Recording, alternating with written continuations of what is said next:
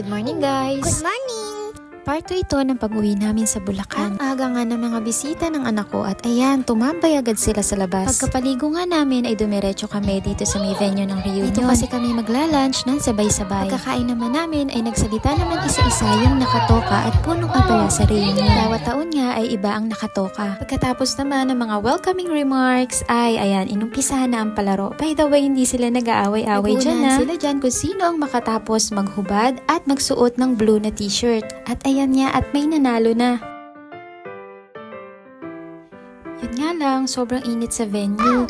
Palibot kasi ng tubig ng ilog, kaya ang init ng singaw. Tanghaling tapat din kasi. At napansin ko nga tumataas ang body temperature ni Rhea. Kaya umalis muna kami saglit at nag-stay muna kami dun sa bahay ng pinsan ko. Bumalik na lang kami nung medyo hapon na.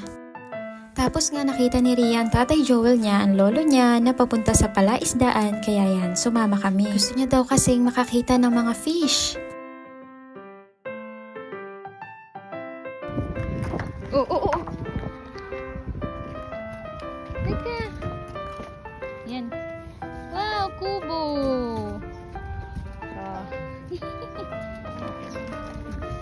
Kukuha tatay ng fish. Tatay will catch a fish. Yung mga naririnig nyo ang ingay at nagsisigawan ay ingay yon galing sa basketball court. Malapit din kasi yun dito. Yung araw din kasi na to, opening ng liga ng basketball dito sa amin.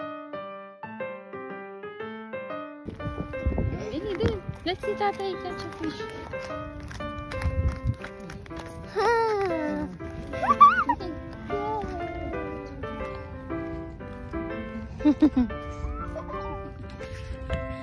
Wow, birds oh. So many birds! Catch a fish. O baka isipin nyo, ang lawak naman ng palaisdaan namin. Hindi po ito sa amin. Ito kasi ang hanap buhay ng tatay ko. Siya ang nagbabantay at nag-aalaga ng mga isda na hinuhulog dito. Yung mga binhi kung tawagin at pag lumaki na sila, bangus na. Nag-request nga si Rhea ng isda kay tatay at gagawin niya daw pet. Sabi ko nga kay tatay ay ihuli na niya kahit tilapia lang.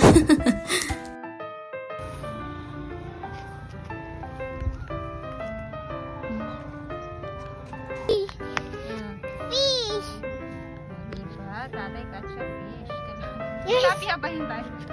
Fish! One more.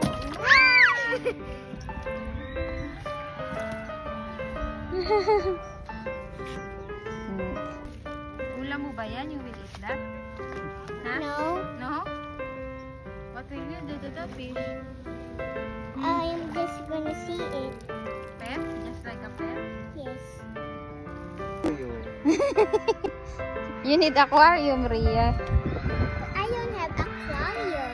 Eh, sa bahay na lang. Ayun, doon na lang. At nung pauwi na nga kami sa bahay ay napag-desisyon na naman namin na dumaan muna dito. Nakaka-curious kasi yung mga sigawan ng mga tao na nanunood. Ayun ko nga lang din nakita itong basketball court dito sa may barangay sa amin. Ay laki na pala ng iginanda nito. Sayang nga at walang laro ng araw na to ang ninong ni Rhea, yung kapatid ko. Kasali rin kasi siya sa liga at sayang at hindi namin mapapanood. Paano ba naman si nanay kasi bidang-bida yung kapatid ko na ang galing-galing daw maglaro. Nag-stay nga lang kami ng saglit sa may basketball court tapos umuwi na rin kami dahil pinatulog ko na si daddy. Medyo nakainom kasi siya. Super liwanag ng ilaw dito sa may kwarto. Tapos ayaw naman ni Rhea na i-turn off yung ilaw kaya nilagyan ko na lang siya ng kumot.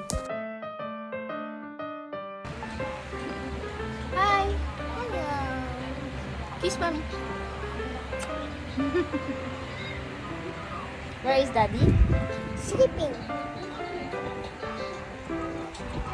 Did you enjoy your time here?